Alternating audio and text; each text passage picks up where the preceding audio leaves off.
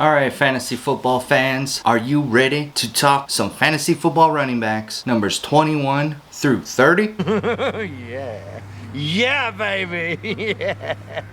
Well, if you are, then this is the place to be. Running back number 21 might be a surprise to some, might be a surprise to no one, is Jonathan Taylor. His 2019 statistics at Wisconsin are going to be on the slide for rushing and receiving. ESPN Fantasy Football total points last year in 2019, obviously he was in college, so he didn't score any points, so his points are 0. His ESPN Fantasy Football projected points for this season is 138 points, which to me I don't agree with. I feel like he should easily win the job for Marlon Mack and be a workhorse running back for the Colts, and they have a very solid offensive line and love to run the football, so he should have a tremendous rookie year if all goes well. Obviously, his average draft position is 68.05 with a high of the 24th pick and a low of 104. Jonathan Taylor's ESPN positional ranking right now is 0 because he doesn't have an NFL season under his belt. But in college, his average rushing attempts per game was almost 23 rushing attempts per game. He averaged a staggering 143.07 yards per game rushing. That is just ridiculous. And his average yards per attempt was 6.3 yards. He averaged 1.85 receptions per game, so almost 2 receptions. Average receiving yards was 18 yards per game, and his average yards per reception was almost 10 at 9.7. The Colts offensive line rushing ranking is 12th, and his divisional opponents' run defense versus running backs are the Titans at 18th versus fantasy running backs on the season and per game, the Texans at 26th versus fantasy running backs on the season and per game, and the Jaguars at 31st versus fantasy running backs on the season and per game. So his divisional opponents can't really stop the run to save their lives. Jonathan Taylor's summary: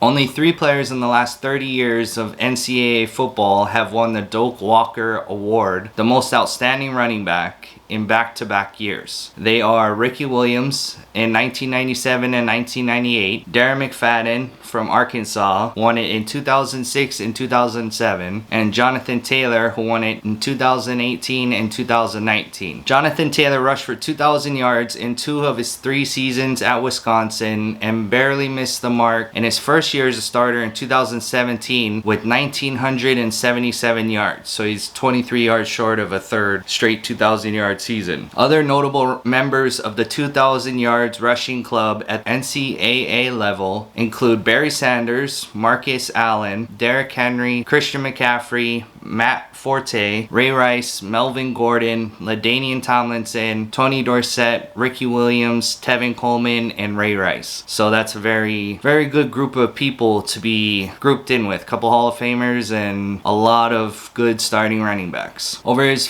3-year career with Wisconsin, he rushed for 6,174 yards, which ranks 6th all-time in NCAA rushing yards since 1956. He compares in size, strength, and speed and durability to one of the league's best running backs, Ezekiel Elliott. 15 fumbles in 3 years at Wisconsin is slightly troubling, but he will get that fixed. There's quite a few NFL running backs over the years that have had issues with holding on to the ball, and they've been able to get it under control, so I feel like he'll be able to as well. I wrote on there, it's a travesty that Zeke, Saquon Barkley, and Todd Gurley were all top 10 draft selections and viewed as faces of the franchise, and Jonathan Taylor, who looks every bit the part, was drafted in the 2nd round and will have to compete, if you want to call it that, with Marlon Mack for starting snaps. I just feel like when I look at Jonathan Taylor, I see Zeke, I see Saquon Barkley, I see Todd Gurley, I see the next elite superstar running back coming out, and I feel like the Colts stole him in the 2nd round, and I don't feel like a talent as good as his should be on the bench behind Marlon Mack, at least at some point during the season, if not at the beginning of the season. And so if you're in a dynasty league, obviously you want to draft him pretty highly. If you're in a redraft league, then you can take your chance on him. Marlon Mack has issues with injuries and things of that nature, so you can either outright beat Marlon Mack or he can wait until injury strikes. But number 22, I got James Conner, who was a hero hero for me in fantasy 2 years ago, but last year kind of fell off a cliff. But this year I'm hoping for a bounce back for him. But like I said, you can read his 2019 statistics for rushing and receiving on the slide. The main things I want to pinpoint are the ESPN fantasy football total points last year, which was 146.5, and his ESPN fantasy football projected points for this year is 182.2. His average draft position right now is 37.23 with a high of 7 and a low of 72. So the high is first round, whether you're in a 10 or 12 league, team league, but so that's a lot of people banking on him to have a bounce back year and be a top 10 running back like he was 2 years ago. His average rush attempts per game was 11.6, average rushing yards per game 46.4, average rushing yards per attempt was 4 yards, which is a little bit below average but still pretty good. Average receptions per game is 3.4, which is a little bit better than average, so I guess those two make up for each other. Average receiving yards per game is 25.1, average receiving yards per reception is 7.4, which is decent. A lot of guys are getting close to 9 yards per reception, so 7.4 is not the best, but it's not the worst. Average fantasy points per week last year was 14.65, which is pretty close to that magic number I have of 15 per week. So to have him ranked at 22 isn't too bad, considering he almost met that mark. The Steelers' offensive line rushing ranking is 30th, which is not very good. Divisional opponents' run defense ranking versus running backs are the Ravens at 8, Bengals at 24th, and Browns at 25th versus fantasy running backs on the season and per game. So the Ravens will give them a challenge, but the Bengals and Browns, no challenge. And James Conner's ESPN positional ranking right now is 35th. So I have him ranked 22nd, ESPN has him ranked 35th. James Conner summary. Despite playing in only 10 games last year, James Conner still averaged almost 15 points per week. He is just 1 year removed from his breakout year of 269 touches, 1,462 rushing yards, and 13 touchdowns, finishing 6th amongst running backs in fantasy football in 2018. He was running back 9 through the first 8 weeks last year before injuries derailed his season. I put a con. He has missed at least 2 games a year due to injury the first 3 years of his NFL career. If he can return healthy and fend off Jalen Samuel and Benny Snell, he could return to being a top 10 running back at a discounted draft position in fantasy football. Number 23 is old man Mark Ingram II. His ESPN fantasy football total points last year was really good at 246.5 points. His ESPN fantasy football projected total for this year is 70 points less at 172.2.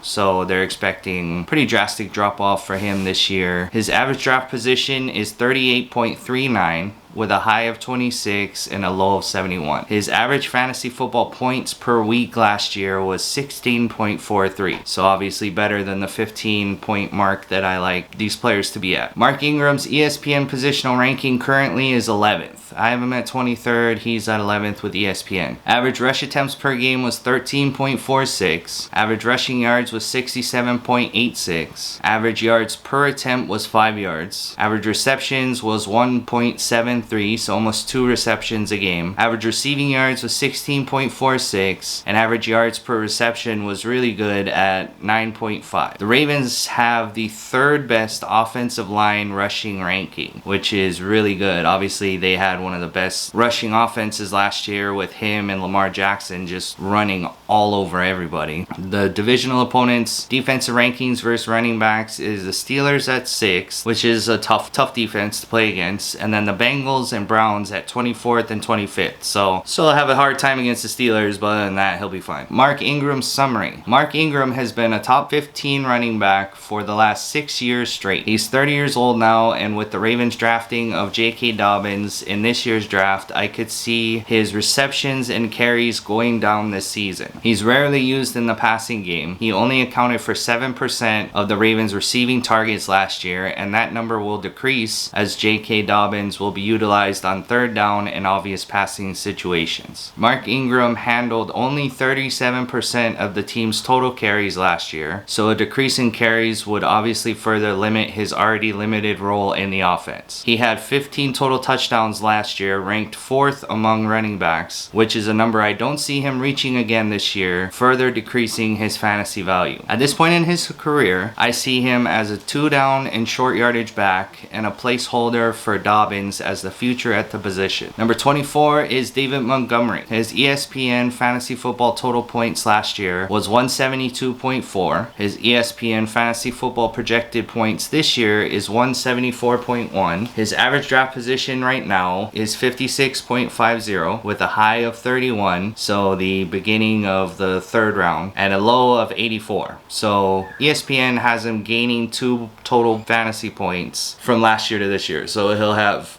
almost an identical season to last year according to ESPN, which wasn't stellar last year and obviously won't be stellar this year either. David Montgomery's ESPN positional ranking is 24th, which is where I have him. Average rush attempts 15.12.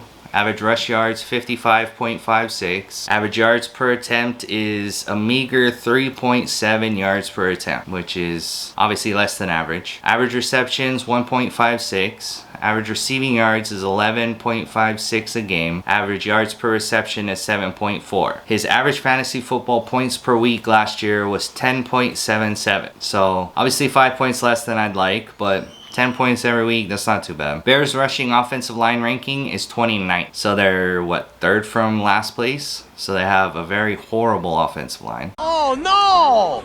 We suck again! Divisional opponents rushing ranked defense versus running backs. Vikings are 14th, Packers 23rd, and Lions 29th versus fantasy football running backs in total points and points per game. So if they had a better offensive line, they have divisional opponents they could run against. You blew it!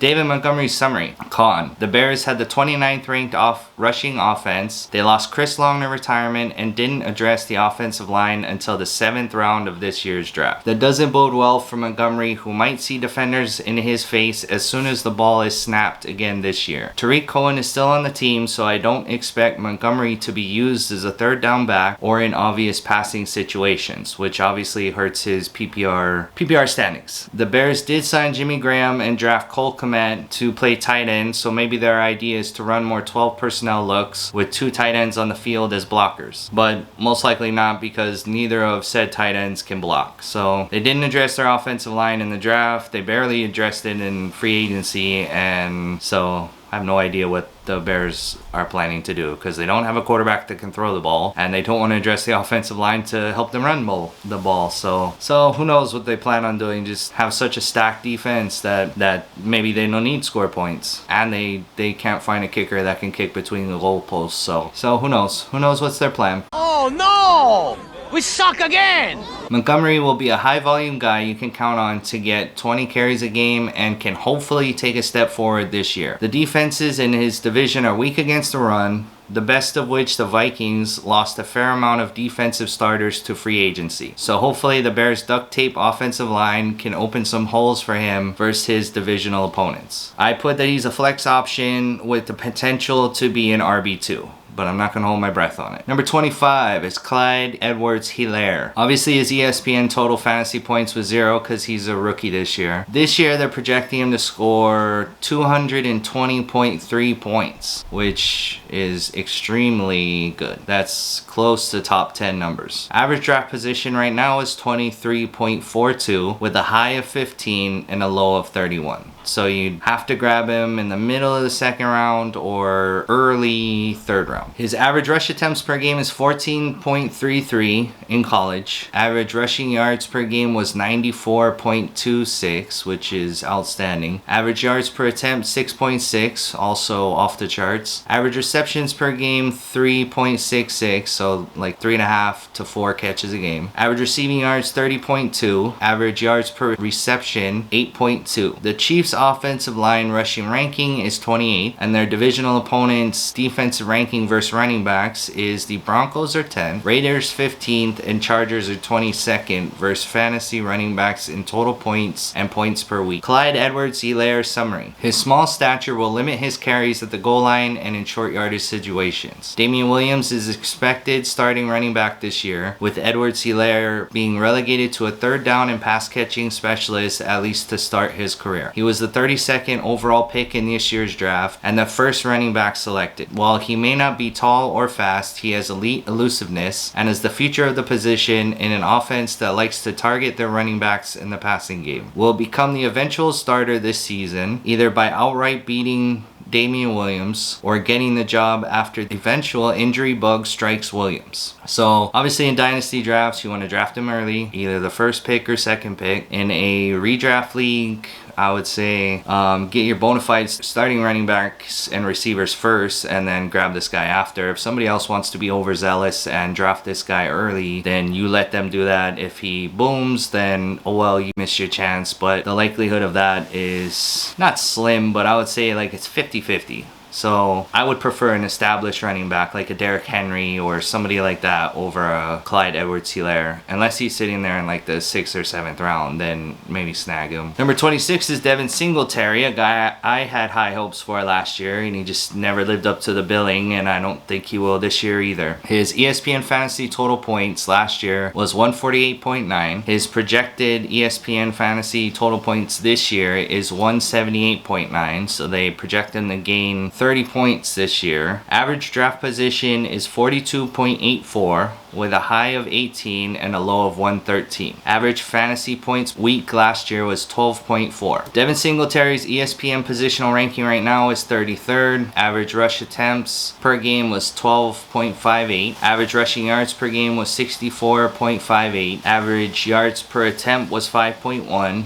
Average receptions 2.41, average receiving yards 16.16, and average yards per reception was 6.7. Bills rushing offensive line ranking is 15th, and their divisional opponents' defense ranking versus running backs. The Patriots are first in the NFL versus fantasy running backs in total points and points per week, and the Jets are 9th, and the Dolphins are a meager 27th. Devin Singletary summary. Con, the Patriots and Jets are both ranked in the top 10 on defense versus fantasy running backs, giving him 4 tough matchups a year versus stellar defenses. His small frame will cause him to be sidelined in short yardage and goal line situations to the much larger newly drafted running back Zach Moss out of Utah, limiting his touchdown potential in the running game. Pro, he was on the field for 74% of the Bills' offensive snaps, and as the lead back, he will be able to produce from week 1 this season. So he no longer has to compete with Frank Gore this year. He'll be the top dog with Zach Moss spelling him here and there. The Bills added a huge perimeter target in Stephon Diggs to help in the passing game, hopefully spreading the defenses out and giving Singletary more running lanes. I see him as a flex player, but if he's used more in the receiving game and increases his touchdown productivity, he could be a lower tier running back too. But obviously I don't see that happening. He could potentially catch more passes, but I feel like Zach Moss would be taking any goal line opportunities or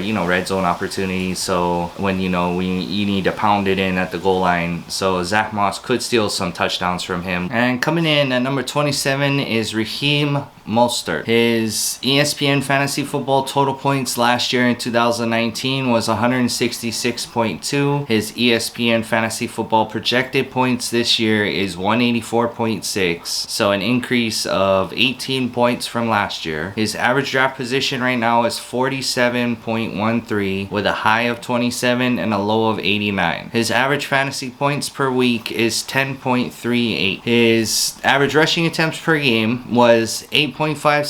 Average rushing yards per game was 48.25. Average yards per rush attempt was 5.6. Average receptions per game was 0.87, so just under 1 reception per game. Average receiving yards was 11.25 per game. Average yards per reception was really good at 12.9. The 49ers rush offensive line ranking is 8th. And his divisional opponent's defensive ranking versus running backs are the Rams at 16th, Seahawks at 20th, and Cardinals at 21st. Raheem Mostert's ESPN positional ranking is 26th. So I have him at 27th. He's at 26th in ESPN ranking. Raheem Mostert's summary. Mostert caught fire last 6 games of the season last year, finishing with 7 rushing and 1 receiving touchdowns, and an average fantasy football points total of 17.58 points per week. He followed that up by tallying 336 rushing yards and 5 rushing touchdowns in the playoffs. 4 touchdowns and 220 rushing yards coming in the NFC Championship game versus the Green Bay Packers. Cons. Tevin Coleman also figures to play a role in the running game, along with Jerick McKinnon in the passing game, leading to a running back by committee. Kyle Shanahan is reluctant to name any running back as the official bell cow running back, preferring to ride the hot hand, leading to unknown weekly volume for each running back. So he has the potential to be a star number 1 running back, but between Kyle Shanahan wanting to ride the hot hand as compared to pick one of the 3 and just ride them out, and wanting to utilize each running back for their specific roles and strengths, kind of takes away from either Tevin Coleman or Raheem Mostert being the number 1 guy.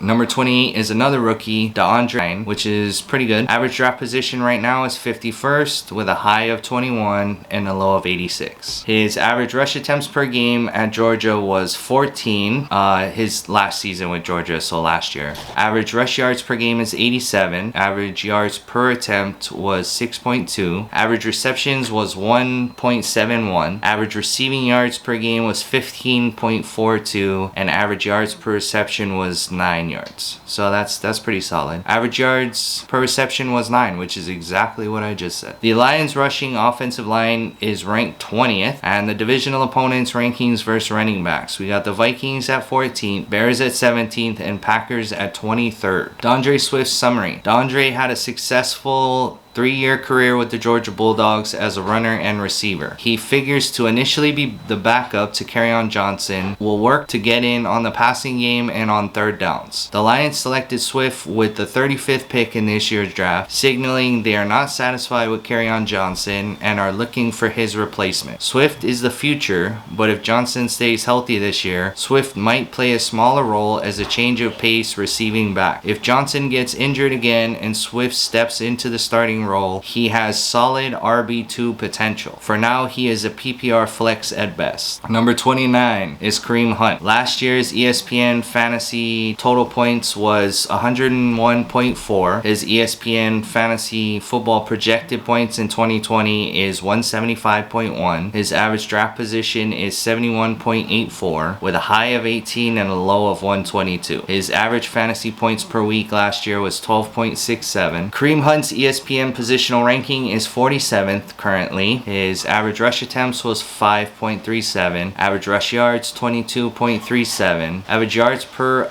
rushing attempt was 4.2. His average receptions was pretty good at 4.62. Average receiving yards at 35.62. Average yards per reception was 7.7. And the Browns rushing offensive line, it was actually really good last year at 10th. Divisional opponents rushing defensive rankings versus running backs. We got the Steelers with the 6th best rushing defense, Ravens with the 8th, and Bengals with the 24th. So that's 4 tough matchups a year between the Steelers and the Ravens. Kareem Hunt's summary. Averaged almost 5 receptions per game and 5 carries per game last year after returning from suspension. He was utilized as a change of pace back, but was primarily used on passing downs. Hunt was utilized on 60% of the Cleveland's offensive snaps and ranked running back 17 during his end of the year stretch. In non-PPR leagues, he will not be valuable unless Nick Chubb gets injured and Kareem Hunt becomes the primary back. In PPR leagues, he is a high upside flex with the potential to be an RB1 if given the lead role. So right now, he's a PPR flex because he'll catch you five